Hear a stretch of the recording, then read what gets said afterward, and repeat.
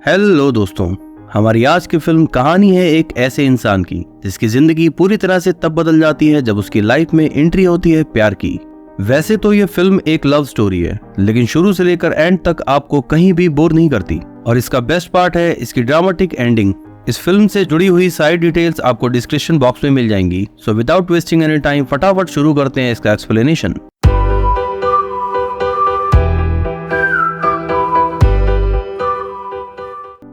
Film की शुरुआत में हमें जो नाम का एक आदमी दिखाया जाता है जिसकी फाइनेंशियल कंडीशन थोड़ी खराब है। ये दिन में वाटर बॉटल की सप्लाई करने का काम करता है और थोड़ी ज्यादा पैसे कमाने के लिए इसने पार्किंग लॉट में एक जॉब ढूंढ ली है। पार्किंग लॉट में जो को सिर्फ रात की ही शिफ्ट करनी है और आज उसकी जॉब का पहला दिन है। इससे पहले यहाँ एक बूढ़ा आदमी काम किया करता था जो अभी किसी दूसरे शहर में ट्रांसफर हो गया है। इस पार्किंग लॉट की कैबिन में बैठा हुआ जो टीवी पर कोई बॉक्सिंग मैच देख रहा था कि तभी अचानक यहाँ एक खूबसूरत सी लड़की आती है।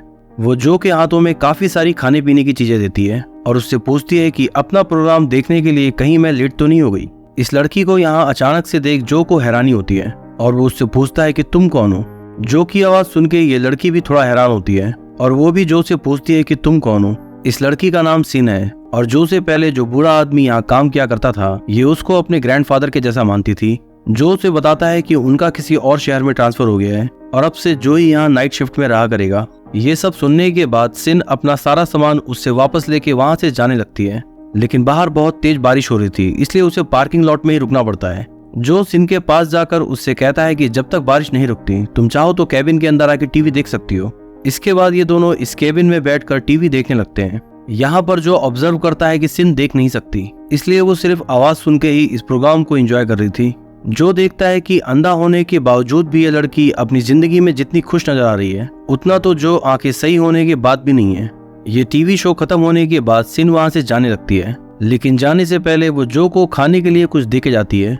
अगले सीन में हमें पता चलता है कि सिन अपने घर में अकेले ही रहती है और पैसे कमाने के लिए वो एक कॉल सेंटर में काम करती है। ऑफिस में सिन के बॉस की उसके ऊपर गंदी नजर है, इसलिए वो आए दिन उसे किसी न किसी बहाने छूता रहता है।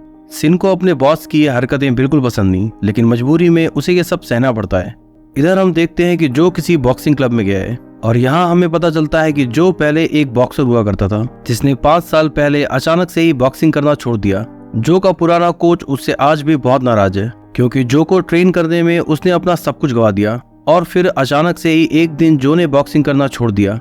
कोच का असिस्टेंट यहाँ ट्रेनिंग कर रहे नए लड़कों के सामने जो को इंट्रोड्यूस करवाता है और बताता है कि 2005 के चैंपियनशिप में उसने सारे मैचेस जीते थे। तभी यहाँ एक लड़का जिसका नाम टायसन है वो जो को अपने साथ एक बॉक्सिंग मैच खेलने को कहता है। असल में जो ने उस चैंपियनशिप के फाइनल में टायसन को हराया था और आज टायसन खुद को एक बड़ा बॉक्सर मानने लगा है, इसलिए वो जो से पुरानी हार का बदला लेना चाहता है। जो का कोच उससे कहता है कि मेरे लिए बस एक बार इससे एक मैच खेल लो। जो उसे मना कर देता है तो वो गुस्से में उसे एक जोरदार झापड़ मारता है और कहता है कि यहाँ सिर्फ उन्हीं लोगों की एंट्री है जो बॉक्सर हैं, और इस तरह वो बेइज्जत करके जो को वहां से भगा देता है। अगले सीन में हम जो और सिन को फिर से उसी पार्किंग लॉट के केबिन में बैठा देखते हैं। जो अपनी आंखों से सिन को वो टीवी शो दिखाने की कोशिश कर रहा था, यानी कि वो सिन को बता रहा था कि एक्टर्स ने किस तरह के कपड़े पहने हैं, किस तरह का उनका हेयर स्टाइल और किस तरह के उनके जूते हैं। ये सब कुछ सुनते हुए सिन उस टीवी शो को काफी इंजॉय कर रही थी। तभी अचानक से सिन उसको इस कैबिन की विंडो खोलने को कहती है, जिसकी वजह यह है कि सिन काफी सेंसिटिव है, इसलिए उसे जो के कपड़े और जूतों में से बदबू आ रही थी। जो भी इस बात को समझ जाता है, इसलिए उसे थोड़ी शर्मिंदगी महसूस होती है। ये टीवी शो खत्म होने के बाद यहाँ से जाने से पहले सिन जो के साथ हैंडशेक करती है। वो जो से कहती है कि तुम्हारे हाथ काफी सख्त हैं, आखिर तुम ऐसा क्या काम करते हो। जो इस बात का कोई जवाब नहीं देता और फिर वो अपने काम पे वापस चला जाता है। अगले सीन में हम देखते हैं कि आज सिन के आने से पहले ही जो ने केबिन की खिड़कियां खोल रखी हैं और साथ ही उसने साफ सुथरे कपड़ों के साथ नए जूते पहने हैं। कुछ ही देर में सिन यहाँ पहुंच जाती है और हर रोज की तरह ये दोनों उस टीवी शो को एंजॉय करते हैं। जब सिन यहाँ से वापस अपने घर की तरफ जाने लगती है तो उसके पास से गुजरती एक कार का हॉर्न सुन के वो डर जाती है और इस वजह से उसके हाथों से वहां रखी काफी सारी बोतलें गिर जाती हैं। जो उस कैबिन में बैठा हुआ ये सब कुछ देख रहा था, इससे पहले कि सिन अपना हाथ उन कांच के टुकड़ों पर रखती, जो जल्दी से वहां आकर उसे बचा लेता है। जो देखता है कि उसके पैरों में काफी चोट लगी है, इसलिए वो ट्रीटमेंट के लिए उसे हॉस्पिटल ले जाता है। इसके बाद जब ये दोनों सिन के घर की तरफ जा रहे थे तो पैरों में चोट होने के कारण सिन सही से चल नहीं पा रही थी। फिर जो उसे अपनी पीठ पर बैठाकर उसके घर तक छोड़ने के लिए जाता है। वापस आते वक्त थैंक यू के तौर पे सिन उसे किसी कॉन्सर्ट की 2 टिकट देती है और उससे कहती है कि तुम अपने किसी दोस्त के साथ यहाँ चले जाना। जो उससे कहता है कि मेरा कोई दोस्त नहीं है, इसलिए इन टिकट्स को तुम ही रखो। और फिर ये फैसला करते हैं कि ये दोनों साथ ही उस कॉन्सर्ट में जाएंगे। फिर अगले दिन उस कॉन्सर्ट में जाने के लिए सिन खुद को बहुत अच्छे से तैयार करती है। जो को भी सिन का ये नया हेयर स्टाइल काफी पसंद आता है। उस कॉन्सर्ट को देखने के बाद ये दोनों एक रेस्टोरेंट में जाते हैं। यहाँ बातचीत के दौरान सिन जो से उसकी पुरानी जिंदगी के बारे में पूछने लगती है। जो इन सवालों का जवाब देने से बच रहा था, इसलिए सिन उससे कहती है कि पुराने समय में तुमने जरूर कुछ गलत काम किए होंगे। इस बात का जो को बुरा लगता है, इसलिए वो काफी रूडली सिन से कहता है कि तुम अपने काम से काम रखो। ये सुनकर सिन थोड़ा अपसेट हो जाती है और वो वहाँ से जाने की जल्दबाजी करने लगती है।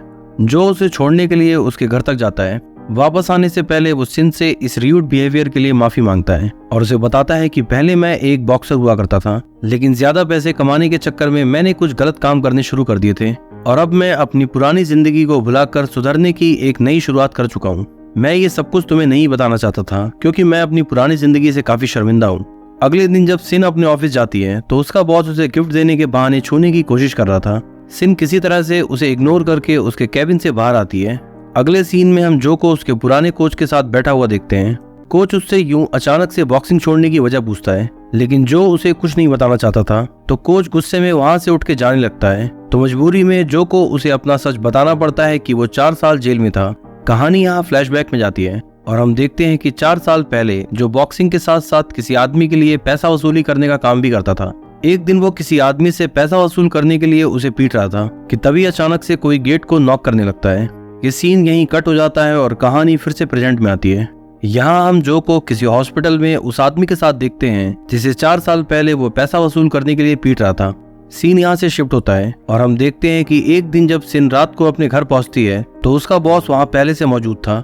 सिन के बॉस ने काफी शराब पी रखी थी और फिर वो सिन के साथ जबरदस्ती करने की कोशिश करने लगता है। सिन उससे बचने की कोशिश करती है तो वो उसे पीटने लगता है। इसी वक्त यहाँ पर जो आ जाता है और फिर वो उसके बॉस की बहुत बुरी तरह से पिटाई करने लगता है। सिन अपने बॉस को जो से छुड़वा के उसे यहाँ से जाने को कहती है। इसके बाद वो जो से कहती है कि तुम्हें मेरे बॉस के साथ मारपीट नहीं करनी चाहिए थी, मुझे डर है कि कहीं वो मुझे जॉब से ना निकाल दे। जो उसकी बात सुनकर उससे हैरानी के साथ पूछता है कि क्या तुम अभी भी वहाँ जॉब करना चाहती हो। सिन उससे कहती है कि सरवाइव करने के लिए मुझे कुछ ना कुछ काम तो करना ही होगा। जो उससे कहता है कि मैं तुम्हारा ख्याल रख सकता हूँ, लेकिन सिन उसका एहसान नहीं लेना चाहती थी, इसलिए उसे यहाँ से जाने को कहती है। अगले दिन से जो उसकी सेफ्टी के लिए आते जाते उसका पीछा करने लगता है। फिर एक रात सिन जो से मिलने के लिए आती है। वो जो को बताती है कि उसने अपनी जॉब छोड़ दी है। जो भी खुशी खुशी उसकी जिम्मेदारियां उठाने को तैयार हो जाता है। अगले दिन जो उसे एक छोटा सा डॉगी गिफ्ट करते हुए कहता है कि अब से तुम इस घर में अकेले नहीं रहोगी। फिर ये दोनों बाहर घूमने के लिए जाते हैं और एक नदी के किनारे पहुंच के अपनी पुरानी जिंदगी की काफी सारी बातें करते हैं। जो ने फिर से अपना बॉक्सिंग करियर शुरू कर दिया है। अपने पुराने कोच के अंडर में वो काफी अच्छे से ट्रेनिंग करने लगा है और कुछ ही महीनों के अंदर वो फिर से एक अच्छा बॉक्सर बन चुका है।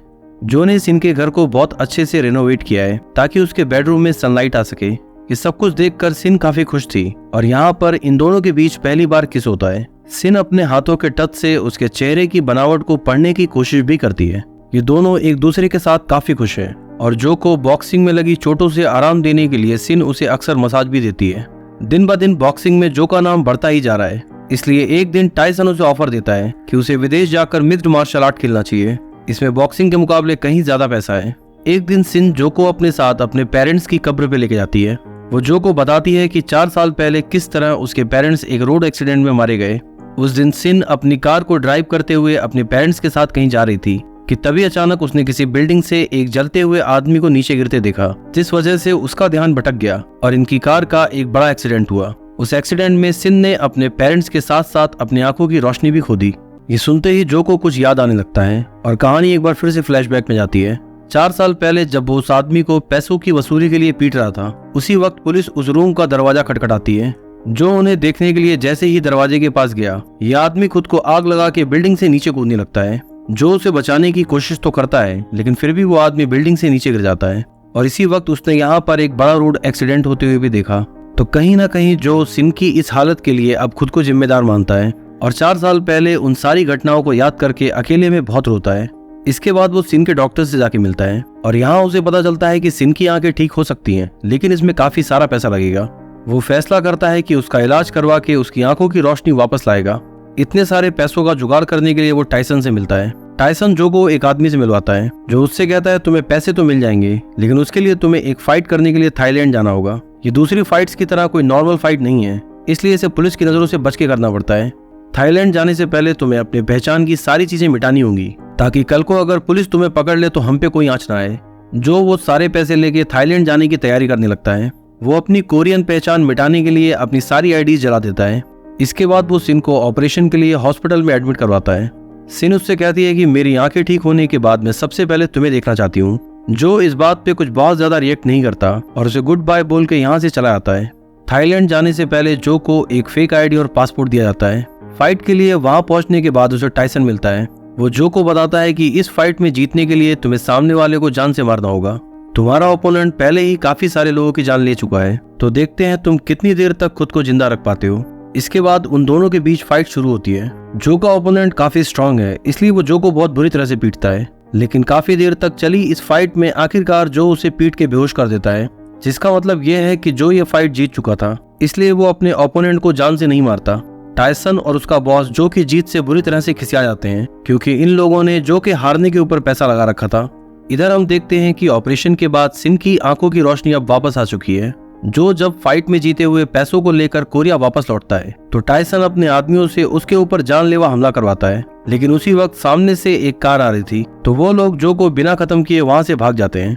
कुछ दिन बीतने के बाद भी जब जो वापस नहीं लौटता तो सिन उसे ढूंढने के लिए पुलिस स्टेशन भी जाती है। एक दिन सिन के पास जो का कोई कुरियर आता है। इसमें सिन को उस हॉस्पिटल का एड्रेस मिलता है जिसमें 4 साल पहले वो जलने वाला आदमी एडमिट है। सिन वहां जाकर उस आदमी से मिलती है और उसकी कहानी सुनने के बाद उसे 4 साल पहले हुई सारी बातें समझ में आ जाती हैं। वो समझ जाती है कि जो इन सब के पीछे खुद को जिम्मेदार मानता है और इसीलिए उसने सिन के खातिर इतना कुछ किया। सिन ने जो का चेहरा कभी नहीं देखा, सिर्फ छू के महसूस किया था, इसलिए वो मिट्टी से उसका चेहरा बनाने की कोशिश भी करती है। और इसी तरह पूरा साल बीत जाता है, लेकिन जो कभी लौट के नहीं आता। सिन आज पूरी तरह से सेल्फ डिपेंडेंट है और उसकी लाइफ हर तरह से अच्छी चल रही है। कमी बस यही है कि वो आज भी जो को बहुत मिस करती है। एक दिन वो सोशल वर्क के तौर पे किसी हॉस्पिटल के मरीजों को मसाज देने के लिए आती है और यहाँ हम देखते हैं कि जिस बूढ़े आदमी को वो मसाज दे रही थी, उसके बगल वाले बेड पे जो लेटा हुआ था। 1 साल पहले हुए एक्सीडेंट की वजह से जो की हालत आज भी काफी खराब है। इसके बाद सिन जो के पास जाके उसे भी मसाज देने लगती है। इसी दौरान सिन को ये फील होता है कि ये शरीर उसने पहले भी कभी छुआ है। उसे डाउट होता है कि कहीं ये जो तो नहीं, लेकिन वहाँ पर पेशेंट का नाम कुछ और लिखा हुआ था, इसलिए वो इस बात पर ज्यादा ध्यान दिए बिना वहां से चली जाती है। जो के अंदर पछतावा होने के साथ साथ आज वो खुद को सिन के लायक भी नहीं समझता, इसलिए वो अपनी सच्चाई सिन के सामने जाहिर नहीं करता। इसके कुछ दिनों बाद जब जो की हालत थोड़ी सी ठीक होती है, वो हॉस्पिटल से डिस्चार्ज होकर सिन की शॉप पे जाता है। सिन इस वक्त अपनी शॉप पर नहीं थी, इसलिए वो चुपके से उस कछुए को चुरा लेता है जो सिन से पहले जो के पास ही हुआ करता था। इसके बाद जब जो वहां से जाने लगता है तो इसी समय सिन भी अपने डॉगी के साथ वहां से गुजर रही थी। ये डॉगी जो को देखते ही पहचान लेता है, इसलिए वो सीधा उसके पास पहुंच जाता है। सिन अपने डॉगी को दूर हटाते हुए इस डिस्टरबेंस के लिए जो से माफी मांगती है। सिन को बिल्कुल समझ नहीं आता कि अचानक से उसके डॉगी को क्या हो गया। जो उससे बिना कोई बात किए वहां से जाने लगता है और इस समय उसकी आंखों में निराशा के ढेर सारे आंसू हैं। सिन अपनी शॉप पर पहुंच के देखती है कि वो कछुआ गायब है जो कभी जो के पास हुआ करता था, और वो इस बात पर भी गौर करती है कि उसका डॉगी अभी भी शांत नहीं हो रहा। शॉप पे काम करने वाले आदमी से उसे पता चलता है कि अभी लंगड़ाते हुए एक आदमी यहाँ आया था, और यहाँ वो समझ जाती है कि वो आदमी कोई और नहीं बल्कि उसका बॉयफ्रेंड जो ही था। वो जल्दी से बाहर आके उसे हर तरफ ढूंढने लगती है, लेकिन काफी ढूंढने के बाद भी जो उसे कहीं नजर नहीं आता। सिन को इस बात का बहुत बुरा लगता है कि जिस इंसान को वो पिछले 1 साल से ढूंढ रही है, वो उसके सामने 2 बार आया, लेकिन फिर भी वो उसे नहीं पहचान पाई। इधर जो उस कछुए को लेके उसी नदी के पास जाता है जहाँ वो और सिन अक्सर घूमने के लिए आया करते थे। इस कछुए को वो नदी में छोड़ देता है और फिर सोचने लगता है कि अब वो अपनी लाइफ में आगे कहाँ जाएगा, लेकिन सिन पहले ही इस बात को समझ चुकी थी कि जो उसे इसी जगह पर मिलेगा। वो यहाँ पहुंचकर जो से कहती है कि मैंने तुमसे कहा था कि मेरी आंखें ठीक होने के बाद मैं सबसे पहले तुम्हारा ही चेहरा देखना चाहती हूँ, लेकिन इतना समय बीत जाने के बाद भी तुम कभी वापस लौट कर नहीं आए, और अब जब तुम मेरे सामने आए भी तो मैं तुम्हें पहचान ना सकी। वो इस बात के लिए जो से माफी मांगते हुए उसे गले लगा लेती है। ये दोनों काफी इमोशनल होकर रोने लगते हैं, लेकिन इनकी आंखों से गिरने वाले आंसू आज खुशी के थे। और इसी हैप्पी एंडिंग के साथ ये फिल्म यहाँ पे समाप्त होती है।